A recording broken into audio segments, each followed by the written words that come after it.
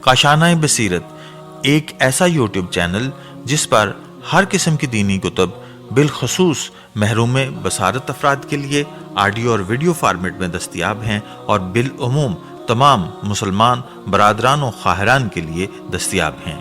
اس لیے آپ سے گزارش ہے کہ بیل آئیکن کو پریس کر کے ہمارے اس چینل کو ضرور سبسکرائب کیجیے تاکہ آئندہ آنے والی ہر کتاب آپ کو بر وقت ملتی رہے۔ کاشانۂ بصیرت، کاشانۂ بصیرت، کاشانۂ بصیرت، کاشانۂ بصیرت۔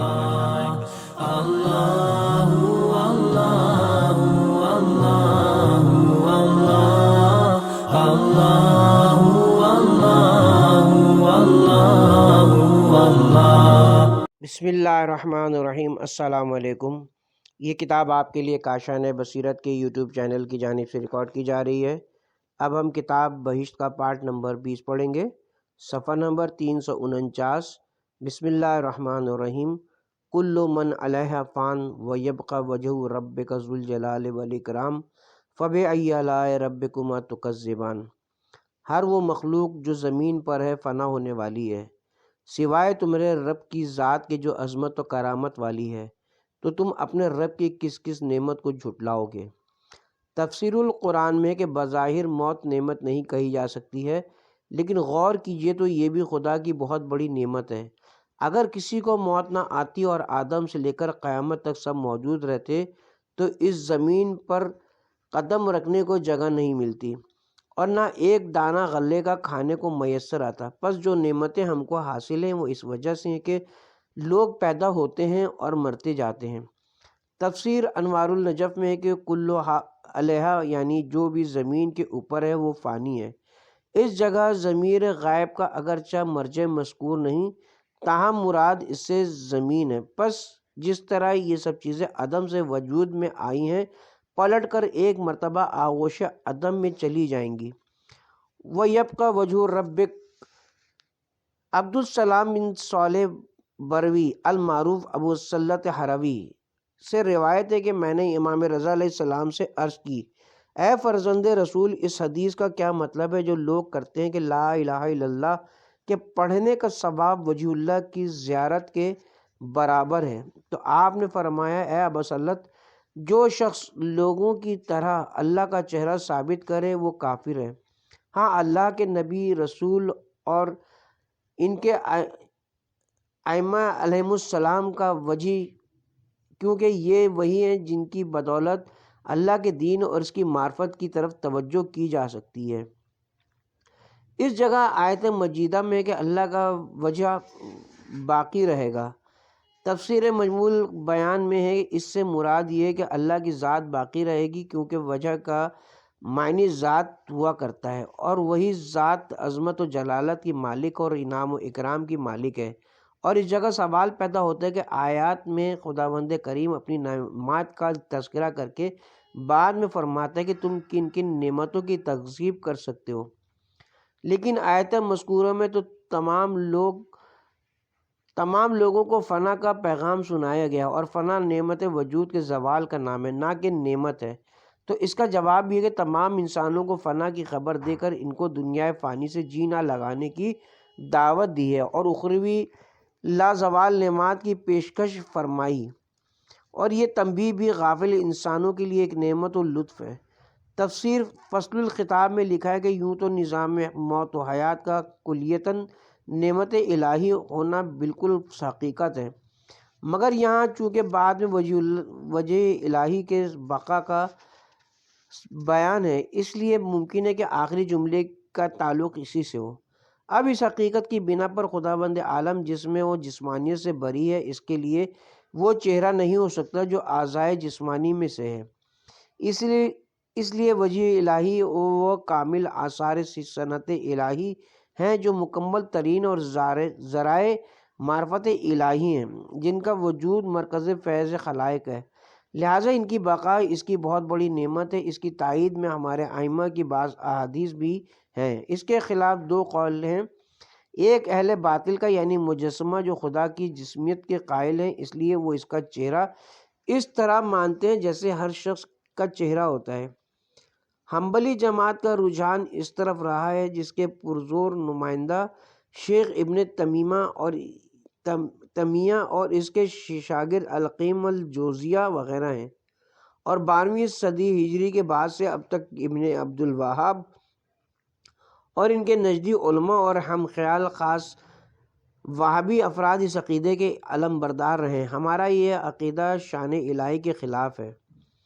دوسرا تصور جو ہمارے بعض علماء کا ہے وہ یہ کہ وجہ کے معنی ذات الہی کے ہیں، جیسے بسم اللہ سے مقصود ہے اللہ سے مدد حاصل کرنا، اور یہ بیچ میں اسم کی لفظ صرف عظمت الہی کے پیش نظر رکھتے ہوئے ایک لفظی واسطہ ہے۔ ویسے ہی کل شے مالک الوجہ و کل من علیہ فان یبقى وجہ ربک، دونوں آیتوں میں مطلب یہی ہے کہ ہر شے فنا ہونے والی ہے، صرف ذات الہی ہے جسے ہلاکت و فنا نہیں ہے۔ اس میں شان الہی کے خلاف تو کوئی بات نہیں ہے، مگر بعض شواہد اسی پہلے مفہوم کو تقویت دیتے ہیں۔ ہر چیز فنا پذیر ہے، کل من علیہ فان، روئے زمین پر جو چیز بھی ہے وہ ختم ہو جائے گی، فنا ہو جائے گی، صرف اور صرف پروردگار کی ذات باقی رہے گی۔ اس سے بیشتر کہا جا چکا ہے کہ والارض وضعها للانام، اور لوگوں کے نفع کے لیے زمین کو بنایا۔ میں علیہ کی ضمیر کا مرجع زمین کی طرف لوٹتا ہے۔ حالیہ و مقالیہ کے تحت عبارت کچھ یوں بنتی ہے کہ کل من ارض فان، کہ جو بھی زمین کے اوپر چیز ہے فنا ہو جائے گی۔ من موصول ہے، لغت کے اعتبار سے عاقل شخص کے لیے وضع کیا گیا ہے، لیکن غیر عاقل کے لیے بھی استعمال ہوتا ہے۔ ایک احتمال یہ بھی ہے کہ روئے زمین پر خواہ وہ انسان ہے یا جن فنا ہو جائیں گے، صرف ذات احدیت باقی رہ جائے گی۔ دوسرا احتمال یہ ہے کہ من وصول مطلق ہے، خواہ عقل مند ہو یا غیر عاقل، اور ہر ذی روح، خواہ وہ جنات ہوں یا حیوانات، خواہ نباتات ہوں، انسان ہوں یا جن ہوں، مر جائیں گے، یعنی ان کی زندگی کا وقت ختم ہو جائے گا۔ قرآن مجید میں ارشاد خداوندی ہے، سن رکھو جب روز قیامت زمین ٹوٹ پھوٹ کر ریزہ ریزہ کر دی جائے گی۔ سورہ فجر آیت نمبر 21۔ ایک اور مقام پر اللہ تعالیٰ ارشاد فرماتا ہے، سورہ قصص آیت نمبر 88، اس کی ذات کے سوا ہر شے فنا ہونے والی ہے۔ اس سے مراد یہ کہ آسمان، زمین، علویات، سفلیات، غرض کے ہر ذی روح موت کا ذائقہ چکھے گا۔ خدا کے سوا ہر چیز مر مٹ جائے گی۔ قیامت کے روز اللہ تعالیٰ عقلا کو دوبارہ زندہ کرے گا اور وہ زندگی کبھی بھی ختم نہ ہوگی۔ موت کا وقت غریب و امیر سب کے لیے یکساں ہے، کسی زور آور کی طاقت، کسی تدبیر سے وہ ہٹائے نہیں ہٹ سکتا، ورنہ آخرت کا خوف لوگوں کے دل سے نکل جاتا اور نظام حیات انسانی میں خلل پڑ جاتا۔ اس لیے خدا نے اس میں تاخیر کو روا نہیں رکھا۔ اس کا حکم امیر و غریب، جوان و پیر، مرد و عورت سب کے لیے یکساں ہے، کوئی امتیازی شان نہیں، تاکہ اس سے نہ ٹلنے والے خوف سے لوگ نیکیوں کی طرف متوجہ رہیں۔ ملک الموت سمیت سب مر جائیں گے۔ بحر الانوار کی تیسری جلد میں لکھا ہے کہ راوی بیان کرتا ہے، امام جعفر صادق علیہ السلام کے صاحبزادے اسماعیل کے انتقال کے بعد میں امام علیہ السلام سے افسوس کرنے آپ کی خدمت میں حاضر ہوا۔ جب میں وہاں پر بیٹھ گیا تو آپ نے فرمایا کہ جو چیز چاہے وہ زمین میں ہے یا آسمان میں مر جائے گی۔ شب عاشور حضرت امام حسین علیہ السلام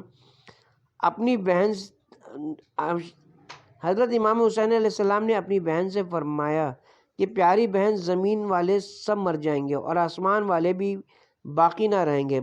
جب ہر چیز بالکل ختم ہو جائے گی تو ندا آئے گی کہ اے ملک الموت، اب بتا کون کون باقی ہے؟ عرض کرے گا اسرافیل، میکائیل اور جبرائیل زندہ ہیں۔ حکم ہوگا کہ ان کی روحیں بھی قبض کر لو۔ پھر پوچھا جائے گا اب کون باقی ہے؟ ملک الموت عرض کرے گا میرے سوا کوئی بھی نہیں۔ حکم ہوگا تو بھی مر جا، اسرائیل بھی مر جائیں گے۔ اس وقت اللہ تعالیٰ فرمائے گا کہ کہاں ہیں وہ لوگ جو اپنی طاقت و سلطنت کا دعویٰ کرتے تھے؟ امروز حکومت کس کی ہے؟ اس روز ندا آئے گی، بتاؤ آج کس کی حکومت ہے؟ خود ہی فرمائے گا اس خدا کی جو واحد ہے اور سب پر غالب ہے۔ سورہ غافر آیہ نمبر 16۔ تفسیر القرآن میں لکھا ہے کہ محشر میں جب وہ سب لوگ جو آدم سے لے کر وقت قیامت تک پیدا ہوئے ہوں گے حاضر ہوں گے، اس وقت قدرت کی آواز آئے گی، بتاؤ آج کس کی خدائی ہے؟ تم لوگ دنیا میں بڑی بڑی حکومتیں کر کے آئے ہو، اپنے برابر کسی کو سمجھتے ہی نہیں تھے، اب بتاؤ تمہاری وہ حکومتیں کہاں گئیں؟ وہاں کس کی مجال ہے کہ زبان کھول سکے؟ ہر طرف سناٹا چھایا ہوا ہوگا۔ اس وقت خدا خود فرمائے گا للہ الواحد القہار، آج اس خدا کی حکومت ہے جو ایک ہے اور جو تمام طاقتوں کا زیر کرنے والا ہے۔ دنیا میں جو کچھ کسی نے کیا ہوگا، خواہ چھوٹا سا کام ہو یا بڑا، سب کا حساب لیا جائے گا اور ہر ایک عمل کے مطابق اس کو بدلہ دیا جائے گا۔ خوش نصیب ہے وہ شخص جو یہ سمجھ لے کہ حقیقی مملکت و سلطنت صرف اللہ تعالیٰ کی ہے۔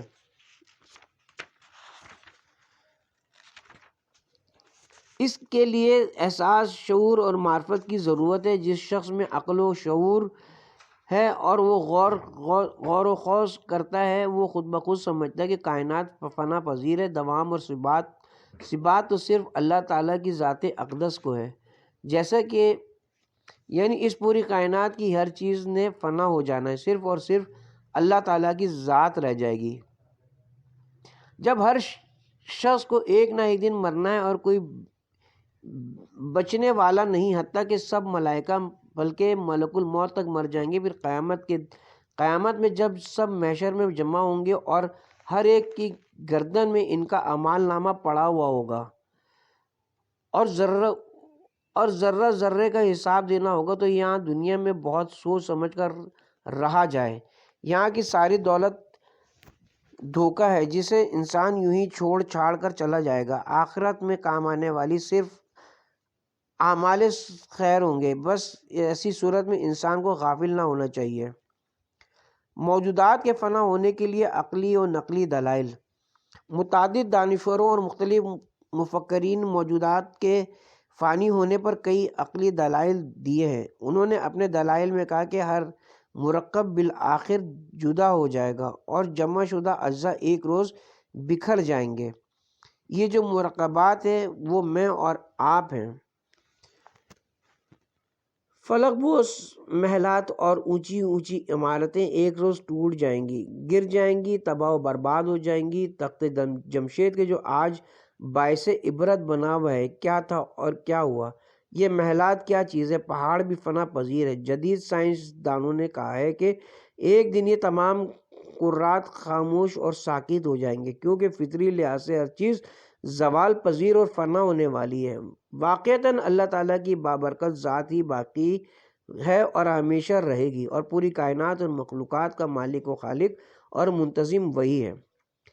بہشت میں مادی طریقہ ہائے کار ختم ہو جائے گا۔ بہشت دار البقا ہے، یعنی ہمیشہ رہنے والا گھر، اور دار السلام بھی ہے کہ وہاں سلامتی ہی سلامتی اور خیریت ہی خیریت ہوگی۔ کوئی بھی ناپسند چیز نہ رہے گی اور نہ زوال و فنا کا بھی نام و نشان تک نہ ہوگا، کیونکہ وجہ صرف صاف ظاہر ہے کہ وہاں پر مادی طریقہ کار اور دنیاوی سسٹم بالکل ختم ہو جائے گا۔ کتاب شرح اسما میں ایک حدیث موجود ہے، بہتر ہے کہ وہ آپ کی خدمت میں بیان کر دوں کہ جب مومن بہشت میں جائے گا تو اس کے ہاتھ میں ایک پروانہ دیا جائے گا جس پر لکھا ہوگا خداوند متعال کی طرف سے کہ جو زندہ ہے وہ زندہ رہے گا، زندہ کی طرف کہ جو کبھی بھی نہ مرے گا۔ میں ایسا تھا کہ جب کسی چیز سے کہتا تھا کہ ہو جا تو وہ ہو جاتی تھی۔ آج وہ طاقت تجھے بھی عطا کرتا ہوں۔ ارشاد و خداوندی ہے، بے شک آخری زندگی کا گھر تو آخرت کا گھر ہے، کاش یہ لوگ سمجھتے بوجھتے ہوں۔ سورہ عنکبوت آیت نمبر 64۔ تفسیر القرآن میں ہے کہ اللہ تعالیٰ اس آیت میں اپنے بندوں کو نصیحت کرتا ہے کہ دنیا کی زندگی کھیل تماشا ہے، اس کے عشق میں دیوانے مت بنو۔ یہ تو چند روز کی بہار ہے، جیسے مسافر کسی سرائے میں آ کر ٹھہرتا ہے یا کوئی روپل پر سے گزرتا ہے یا کوئی راہرو پل پر سے گزرتا ہے۔ یہی صورت دنیا کی ہے، اس کا نہ عشق دوامی ہے نہ تکلیف۔ اگر عیش میں یہ چند دن گزر گئے تو کیا ہے، اصلی زندگی تو آخرت کی زندگی ہے جس کی کوئی انتہائی نہیں۔ اسے سنبھالنا چاہیے، ایسا بندوبست کرنا چاہیے کہ وہاں تکلیف نہ ہو، کیونکہ اس تکلیف کا تو خاتمہ ہی نہیں ہوتا۔ جو خاصان خدا ہیں اور جنہوں نے زندگی کے اس راز کو سمجھ لیا ہے، انہوں نے دنیاوی جاہ و جلال کی طرف کبھی توجہ نہیں کی اور آخرت کی زندگی کے سنوارنے میں مرتے دم تک لگے رہے۔ اللہ تعالیٰ کا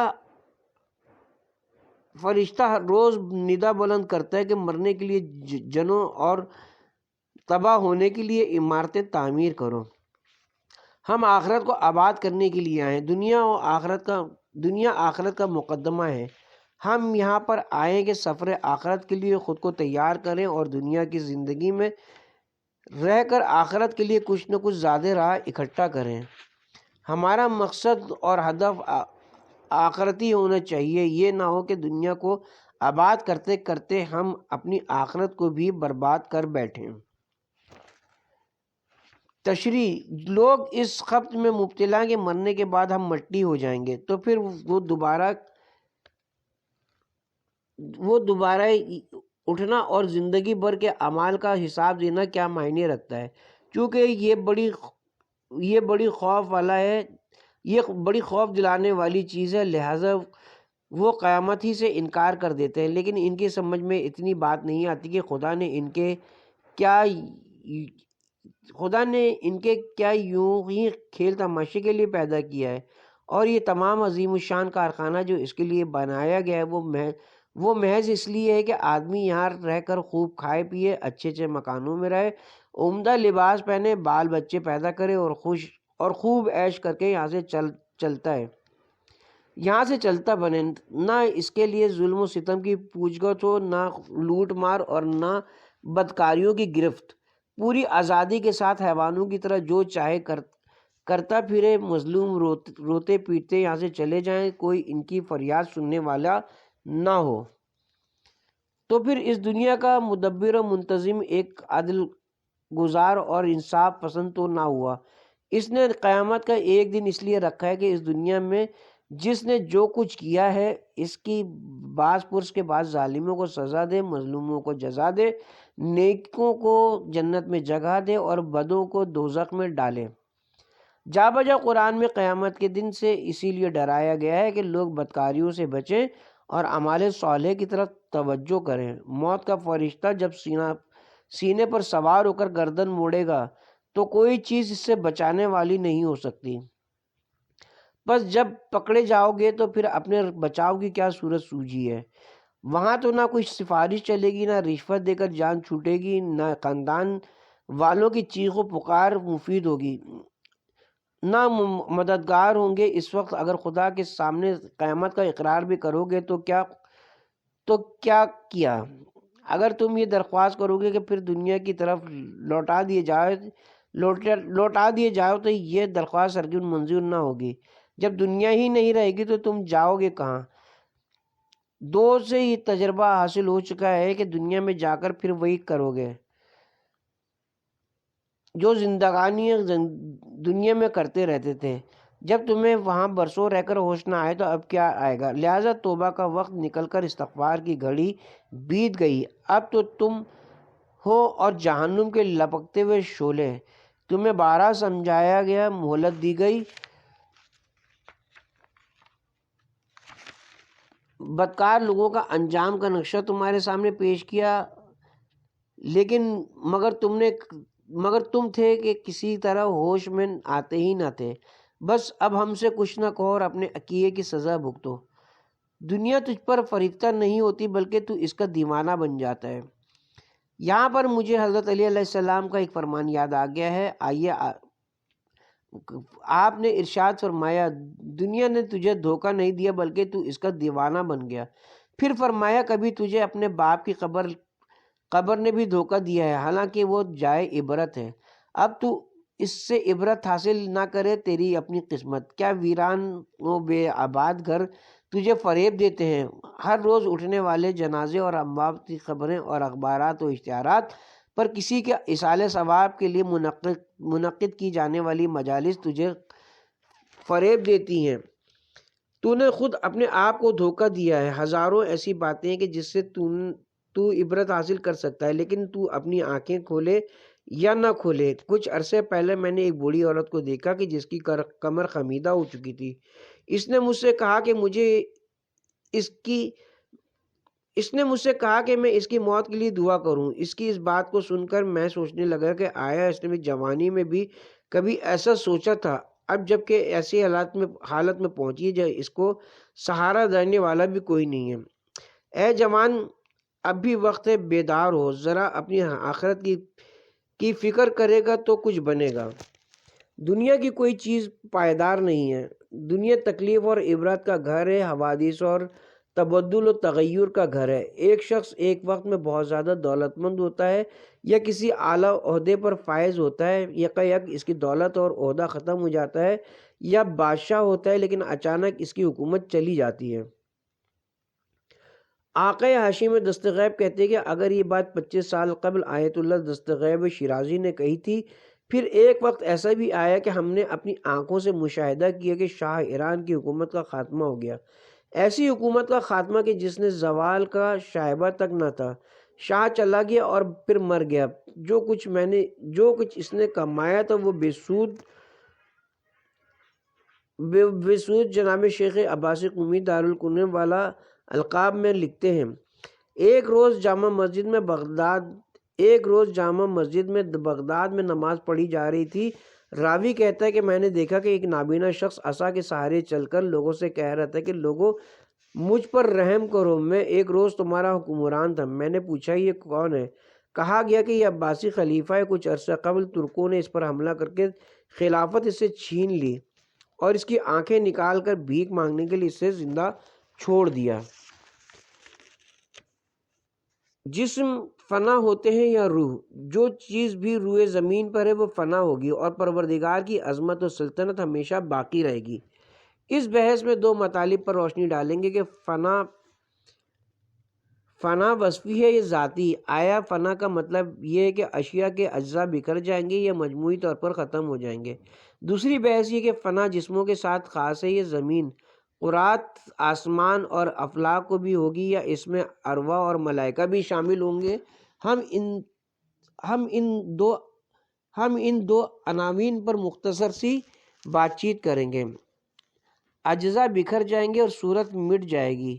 سوچنے کی بات یہ کہ ہر چیز بالکل فنا ہو جائے گی یا ویسے ختم ہوگی۔ اگر ہم صرف عقل کے مطابق فیصلہ کریں تو درست نہ ہوگا، بلکہ ہمیں وحی الہی کی طرف رجوع کرنا پڑے گا تاکہ کسی قسم کی خطا کا شائبہ تک نہ رہے۔ انسانی فکر غلطی تو کر سکتی ہے، چنانچہ ارشاد خداوندی ہے، اور جب سور پھونکا جائے گا تو جو بھی مخلوق آسمانوں اور زمین پر ہے بے ہوش ہو کر گر پڑے گی، مر جائے گی۔ سورہ زمر آیت نمبر 68۔ احادیث سے معلوم ہوتا ہے کہ سور 3 مرتبہ پھونکا جائے گا۔ پہلی بار سب دہشت زدہ ہو جائیں گے، دوسری بار سب مر جائیں گے، تیسری بار پھر زندہ ہوں گے۔ ایک روایت میں قطاوہ سے مروی ہے کہ پہلے 2 سوروں کے درمیان 40 برس کا فاصلہ ہوگا۔ ایک اور مقام پر ارشاد خداوندی ہے، ہرگز نہیں جب زمین پوری کوٹ پیٹ کر سپاٹ بنا دی جائے گی۔ سورہ فجر آیت نمبر 21۔ ایک اور فرمان الہی ہے، جو لوگ تم سے پہاڑوں کے متعلق پوچھتے ہیں کہ قیامت میں ان کا حشر کیا ہوگا، اے رسول تم کہہ دو کہ میرا پروردگار انہیں ریزہ ریزہ کر کے اڑا دے گا اور زمین کا ایک چٹیل میدان بنا دے گا، نہ تو اس میں موڑ دکھے گا نہ اونچ نیچ۔ سورہ طٰہٰ آیت نمبر 105 تا 107۔ تفسیر القرآن میں ہے کہ پہلے سور میں سب لوگ مر جائیں گے، دوسرے سور میں سب اٹھ کھڑے ہوں گے اور میدان حشر کی طرف دوڑتے جائیں گے۔ ان کے ہوش ایسے پراگندہ ہوں گے اور دہشت اتنی چھائی ہوئی ہوگی کہ انہیں یہ بھی یاد نہیں رہے گا کہ وہ مرنے کے بعد قبر میں یا عالم برزخ میں کتنے دن ٹھہرے تھے۔ کوئی کہے گا 10 دن، کوئی کہے گا صرف 1 دن۔ زمین اس روز ہموار ہو کر چٹیل میدان بن جائے گی، پہاڑ ریزہ ہو کر سطح عرض پر پھیل جائیں گے، دریاؤں کا پانی زمین سوکھ لے گی، جنگل جل کر خاک ہو جائیں گے۔ یہی میدان حشر ہوگا۔ اس کے بعد اللہ جو چاہے گا کرے گا۔ قرآن مجید کی روح سے تو معلوم ہوتا ہے کہ ہر چیز بالکل فنا ہو جائے گی اور صورتیں بدل جائیں گی، کوئی چیز بھی ہر لحاظ سے ختم ہو جائے گی، اور آسمان جب پھٹ جائیں گے، خود اللہ تعالیٰ قرآن مجید میں ارشاد فرماتا ہے جب آسمان پھٹ پڑے گا، سورۃ الاشقاق آیہ نمبر 1۔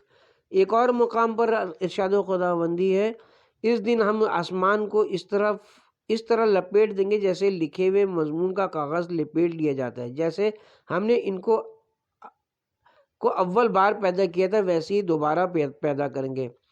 پہلی بار سے مراد یہ کہ جب وہ کچھ نہ تھا، یعنی ان آسمانوں کا نام و نشان تک نہ تھا، اللہ تعالیٰ نے انہیں پیدا کیا، یہ پہلے دن کی طرح بالکل ختم ہو جائیں گے۔ بعض کہتے ہیں کہ آسمان کی کچھ حالت بدلے گی، باقی ویسے کا ویسے ہی رہے گا، لیکن حقیقت یہ کہ آسمان بالکل ختم ہو جائیں گے۔ علامہ مجلسی اور دیگر چند محدثین نے فرمایا کہ زمین و آسمان نے تو ختم تو ہونا ہی ہے، لیکن یہ قطعی اور حتمی طور پر نہیں کہا جا سکتا کہ ان کا وجود بالکل ختم ہو جائے گا یا کچھ رہے گا۔ اس میں کئی احتمالات اور بخششیں ہیں۔ یہ بھی ہے کہ آسمان و زمین کا وجود تک نہ رہے گا، یہ بھی احتمال ہے کہ ان کا وجود رہے گا، یہ بے جان ہو جائیں گے، لیکن یہ بات طے ہے کہ دنیا کی ہر چیز فنا ہو جائے گی۔ ہم اس کی کیفیت اور نوعیت کی طرف نہیں دیکھتے، البتہ ضرور تسلیم کرتے ہیں کہ ہر چیز نے مر جانا ہے، مٹ جانا ہے، فنا ہو جانا ہے۔ رہنا ہے تو صرف اللہ تعالیٰ کی ذات نے رہنا ہے، وہ جو حی ہے اور قیوم بھی، دائم بھی، قوی ہے۔ کیا ارواح اور ملائکہ بھی مر جائیں گے؟ یہاں ایک سوال یہ بھی پیدا ہوتا ہے کہ ارواح اور ملائکہ کو بھی موت آئے گی؟ اس کو جواب یہ ہے کہ ارواح کے فنا ہونے کے بارے میں کوئی یقینی دلیل نہیں سامنے آئی، بلکہ یہ بات اپنی جگہ پر اب بھی مسلم ہے کہ ارواح باقی رہیں گی اور قیامت میں اپنے اپنے جسموں میں واپس چلی جائیں گی۔ ایسا نہیں کہ یہ روحیں دوبارہ پیدا ہوں گی اور وہ دوبارہ ان کو بدنوں اور جسموں کے ساتھ ملحق کیا جائے گا، لیکن ملائکہ کے بارے میں روایات ملتی کہ وہ فنا ہو جائیں گے، لیکن پھر بھی ہم ملائکہ کی موت کے بارے میں قطعی طور پر فیصلہ نہیں کر سکتے، اور یہی احتمال ارواح کے بارے میں ہے۔ اس کے باوجود 14 معصومین علیہ السلام کی ارواح کا مسئلہ مختلف ہے۔ وہ زندہ ہیں، زندہ رہیں گی، دنیا سے صرف انہوں نے انتقال فرمایا ہے، جیسا کہ اللہ تعالیٰ قرآن مجید میں فرماتا ہے، سوائے خدا کے اس کائنات میں کوئی چیز ایسی نہیں جو ایسی زندہ ہو کہ کبھی مرنے والی نہ ہو۔ بندوں کے تمام گناہوں سے، خواہ چھوٹے ہوں یا بڑے، پوشیدہ ہوں یا ظاہر، خدا خوب واقف ہے۔ خدا نے جا بجا قرآن میں واضح طور سے یہ بیان کر دیا کہ آسمان و زمین اور جو کچھ ان کے درمیان ہے سب خدا کے پیدا کردہ ہیں۔ عرش کے پیدا کرنے پر آمادہ ہوا، یہ سب کچھ بعض نے ترجمہ کیا ہے سلطنت عرش پر قابض ہوا۔ اس کا صحیح مطلب رسول و ائمہ کے سوا دوسرا نہیں جان سکتا۔ عالم نور کی سب سے بڑی مخلوق عرش ہے، جس کا تصور بھی ہم نہیں کر سکتے، کیونکہ وہ عالم مادی ہے، پار کوئی علیحدہ چیز ہے، نہ کوئی اس کی وسعت کو سمجھ سکتا ہے اور نہ اس کی خصوصیات کو۔ خدا فرماتا ہے کہ اس کے متعلق اگر کچھ پوچھنا چاہو تو باخبر لوگوں سے، یعنی اس کے رسول سے پوچھو، ورنہ کسی غیر سے پوچھنے میں گمراہ ہونے کا خدشہ ہے۔ الہیات کے مسائل بہت عمیق و دقیق ہیں، چنانچہ انسانی سمجھ میں ان کا آنا مشکل ہے، لہٰذا اس میں بحر خار میں امیر المومنین علیہ السلام نے فرمایا، غوطہ نہ لگاؤ ورنہ گمراہ ہو جاؤ گے، اس کی کونہ ذات کے متعلق غور نہ کرو، صرف اس کی صفات سے اتنا ہی سمجھو جتنا تمہارا علم و عقل تحمل کر سکے۔ وجہ سے کیا مراد ہے؟ وَيَبْقَى وَجْهُ رَبِّكَ، وہ اور تیرے پروردگار کا وجہ باقی رہے گا۔ وجہ کے مختلف معنی ہیں۔ ایک ذات کو کہا جاتا ہے، تفسیر فصل الخطاب میں کہ یوں تو نظام موت و حیات کا کلیتاً نعمت الہی ہونا بالکل حقیقت ہے، مگر یہاں چونکہ بعد میں وجہ الہی کی بقا کا بیان ہے، اس لیے بہت ممکن ہے کہ آخری جملے کا تعلق اسی سے ہو۔ اب اس حقیقت کی بنا پر خداوند کریم جسم و جسمانیات سے بری ہے، اس کے لیے وہ چہرہ نہیں ہو سکتا جو اعضائے جسمانی میں سے ہے، اس لیے وجہ الہی وہ کامل آثار صنعت الہی ہیں جو مکمل ترین ذرائع معرفت الہی ہیں جن کا وجود مرکز فیض خلائق ہے، لہٰذا ان کی بقا اس کی بہت بڑی نعمت ہے۔ اس کی تائید بھی ہمارے ائمہ کی بعض احادیث بھی ہیں۔ اس کے خلاف دو قول ہیں، ایک اہل باطل کا یعنی مجسمہ جو خدا کی جسمانیت کے قائل ہیں، اس لیے وہ اس کا چہرہ اس طرح مانتے ہیں جیسے ہر شخص کا چہرہ ہوتا ہے۔ حنبلی جماعت کا رجحان اس طرف رہا ہے کہ جس کے پرزور نمائندے اپنے وقت کے شیخ ابن تمیمہ اور ان کے شاگرد ابن القیم الجواز وغیرہ ہیں، اور یہ 12ویں صدی کے بعد سے اب تک ابن عبد الوہاب اور ان کے تابعین اس عقیدے کے علمبردار ہیں۔ ہمارے نزدیک یہ عقیدہ شان الہی کے خلاف ہے۔ دوسرا تصور جو ہمارے بعض علماء کا ہے یہ ہے کہ وجہ کے معنی ذات الہی کے ہیں، جیسے بسم اللہ سے مقصود ہے اللہ سے مدد حاصل کرنا، اور یہ بیچ میں اسم کا لفظ صرف عظمت الہی کو پیش نظر رکھتے ہوئے ایک لفظی واسطہ ہے۔ ویسے کل شے ہلاک الہ وجہ اور کل من علیہ فان و یبقى وجہ ربک، دونوں آیتوں میں مطلب یہی ہے کہ ہر شے فنا ہونے والی ہے، صرف ذات الہی ہے کہ جس سے ہلاکت و فنا نہیں ہے۔ اس میں شان الہی کے خلاف تو کوئی بات نہیں ہے، مگر بعض شواہد اس پہلے مفہوم کو تقویت دیتے ہیں۔ مولانا مقبول احمد دہلوی صاحب قبلہ لکھتے ہیں تفسیر قمی میں امام زین العابدین علیہ السلام سے منقول ہے کہ وجہ اللہ ہم ہیں جن کے ذریعے سے خدا کا ہر حکم پہنچتا ہے۔ المناقب میں امام جعفر صادق علیہ السلام سے وَيَبْقَى وَجْهُ رَبِّكَ کے یہی معنی منقول ہے کہ حضرت نے فرمایا کہ ہم وجہ اللہ ہیں۔ تفسیر قمی میں کہ جناب امام رضا علیہ السلام سے دریافت کیا گیا کہ یا ابن رسول اللہ، اس حدیث کے جسے عام لوگ روایت کرتے ہیں کیا معنی ہے کہ لا الہ الا اللہ کہنے کا ثواب ایسا ہے کہ جیسے وجہ اللہ کو دیکھ لینے کا؟ جواب میں حضرت نے سوال کرنے والے سے فرمایا کہ اے ابا سلت، جس نے خدا تعالیٰ کا چہرہ مثل اور چہروں کے سمجھا یا بیان کیا وہ یقیناً کافر ہو گیا۔ ہاں، وجہ اللہ سے مراد اس کے انبیاء اور رسول اور اس کی حجتیں ہیں کہ انہی کی وجہ سے بندے خود اللہ تعالیٰ کی طرف اور اس کے دین کی طرف اور اس کی معرفت کی طرف متوجہ ہو سکتے ہیں، اور انہی کے بارے میں خدا فرماتا ہے